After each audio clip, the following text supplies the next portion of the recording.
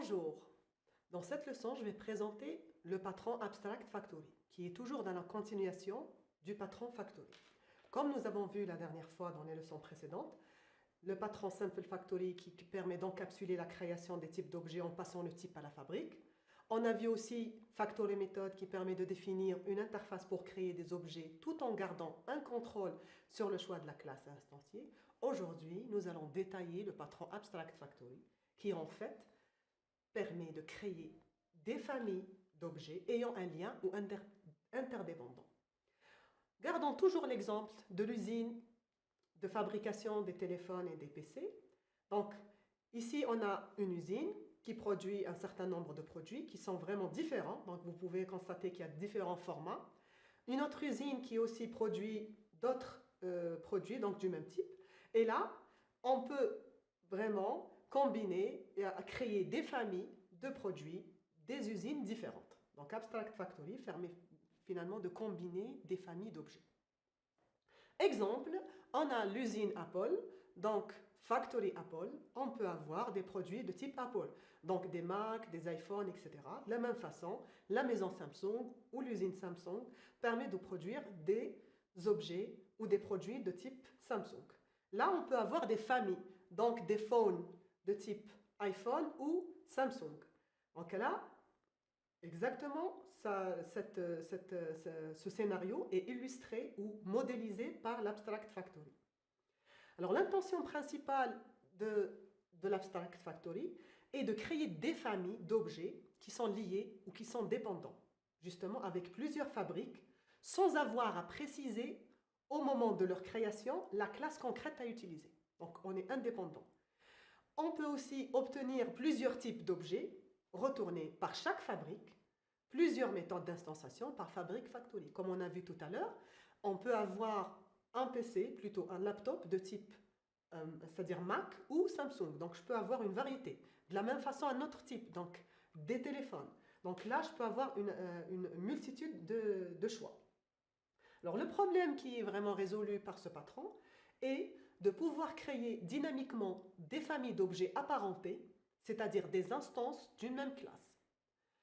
Aussi, permettre de reporter certaines décisions jusqu'à la phase d'exécution. Par exemple, le choix d'une classe concrète pour réaliser une interface donnée. La solution proposée par ce patron est la suivante. Tout d'abord, définir des interfaces pour chaque produit de la famille de produits. Donc là, quels sont les produits qu'on va définir? Toutes les autres variantes de produits peuvent ensuite se servir de ces interfaces pour les décrire. Le deuxième point est de définir des interfaces pour la fabrique abstraite contenant une liste de méthodes de création pour toutes les familles de produits. Le troisième niveau, c'est de définir la classe fabrique pour chaque variante d'une famille de produits. Et là, elle permet de retourner un certain nombre ou un certain type de produit qui implémente l'interface fabrique abstraite. Passons maintenant à la structure. Donc, on peut observer au niveau de la structure, par rapport aux autres patrons Factory qu'on avait abordés, on a à droite l'Abstract Factory avec les types des produits possibles. Donc, on a Create Product A, Create Product B. Concrete Factory A permet d'implémenter cette classe ou interface abstraite. Concrete Factory 2 de la même façon. Et là, on va lier des usines concrètes à des produits concrets qui implémentent l'interface Abstract Product. Donc, on a deux types de produits, par exemple ici, Abstract Product A et Abstract Product B, qui seront implémentés par Product A A1, Product A2, etc. Donc ici, je vais créer des instances, des produits qui sont produits par des méthodes Create Produit X d'une factory précise. Donc ici, j'ai vraiment un grand choix de combinaisons, de familles de produits qui sont dépendants, d'accord? Il y a une certaine dépendance et qui permettent de déléguer la fabrication à la fabrique concrète. Faisons maintenant la comparaison avec Factory Method et Abstract Factory. Alors, Factory Method, comme on constate, au niveau de la fabrique abstraite, on a une façon de créer. Donc, on a un type de produit, on va l'implémenter avec deux usines différentes. Par contre, ici, je peux avoir plusieurs types de produits. Donc, j'ai deux méthodes, create product A, create product B, qui seront implémentées.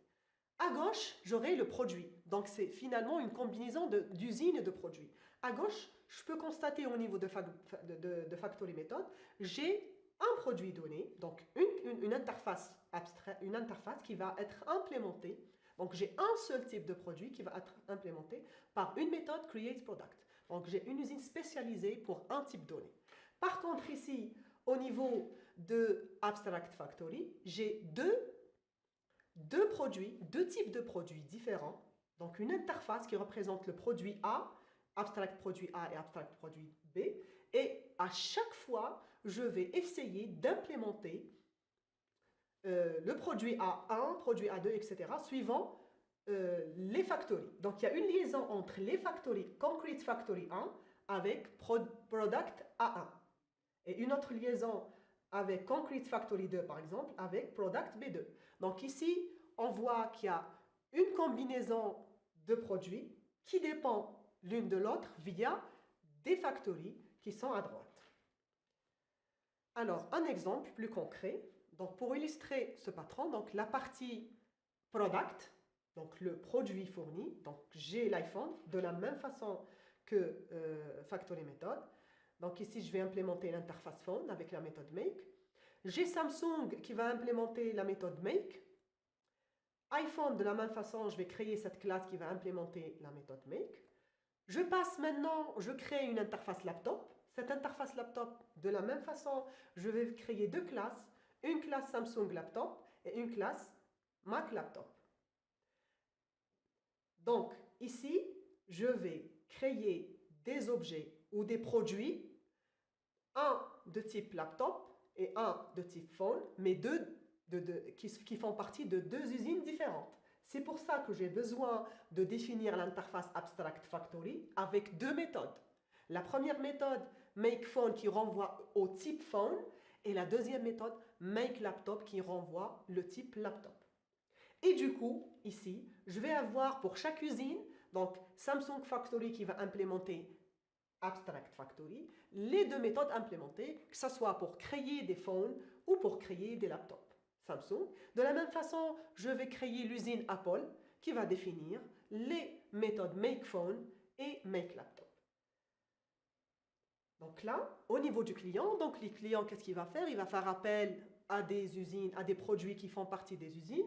Donc, il va créer d'abord son usine Factory, donc l'usine Samsung Factory et l'usine Apple Factory. Et par la suite, il va faire appel à méthode make selon ce qu'il veut. Make phone pour la Samsung Factory, make laptop pour Apple Factory. Donc, il a le choix de choisir le type d'objet, donc soit des phones ou des laptops. Donc ici, vous voyez qu'il y a vraiment une flexibilité au niveau de la création des familles d'objets issus d'une famille d'usines. Donc j'ai ici une usine qui est généralisée. Donc Abstract Factory permet de faire une usine généralisée qui va spécialiser Apple et Samsung par plusieurs types de produits, que ce soit des laptops ou des phones.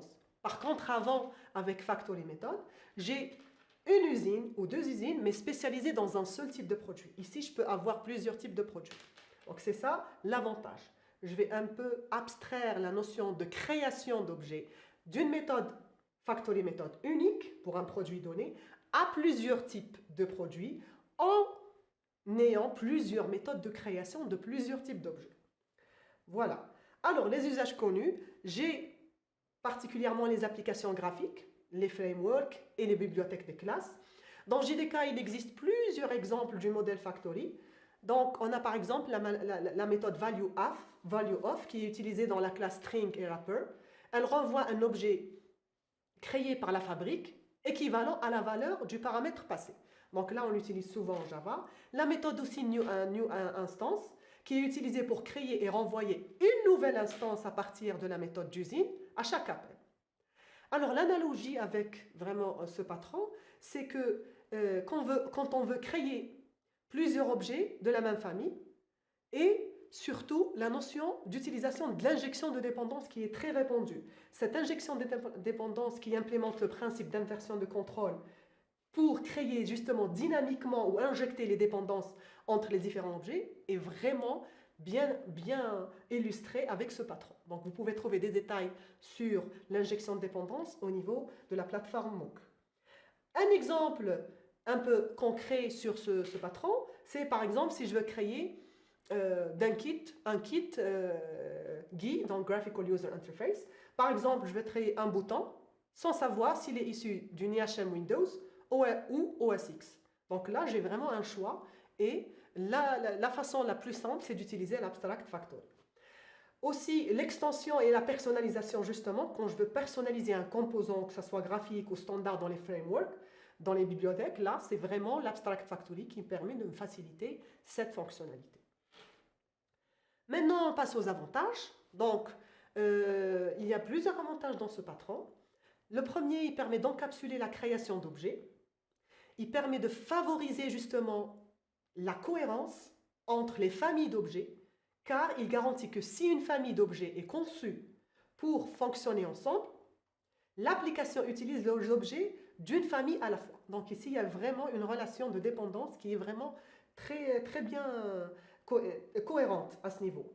Aussi, il permet d'éviter de couplage fort entre les produits concrets et le code du client. Donc le client n'a pas à associer au produit concret, donc il va juste faire appel à l'interface qui va l'implémenter.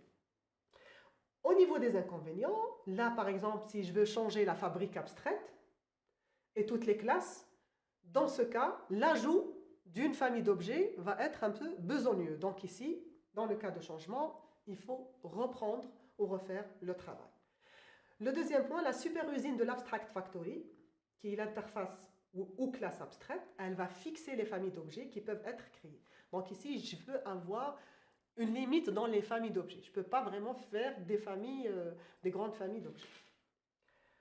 Voilà, donc en conclusion, Abstract Factory permet d'encapsuler un ensemble de fabriques ayant une thématique commune.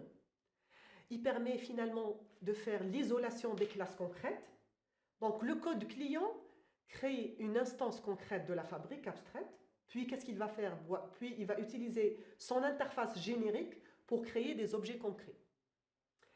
Alors, il permet la séparation des détails d'implémentation d'un ensemble d'objets et leur usage générique. Donc, ici, il y a une séparation entre l'implémentation et l'usage. Ensuite, on peut constater que le client, finalement, il ne va pas se préoccuper de savoir quelle fabrique créer, ni de quel type de classe concrète qui est l'objet en question. Donc là, il va juste faire l'appel à la fabrique et il va créer son interface.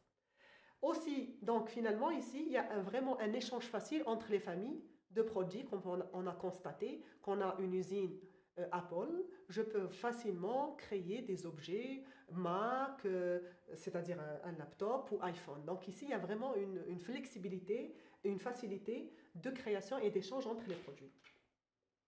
Alors, la prochaine leçon, donc j'ai terminé avec cette leçon. La prochaine leçon va aborder le builder et le prototype. Donc, j'arrive à la fin de la leçon. J'espère qu'elle est très utile et claire. Si vous avez des questions et des commentaires, n'hésitez pas à les poser au niveau de la plateforme ou en bas de la vidéo. J'y répondrai avec un grand plaisir. Donc, tous les détails sont disponibles dans la plateforme. Donc, je vous dis à bientôt pour la prochaine leçon.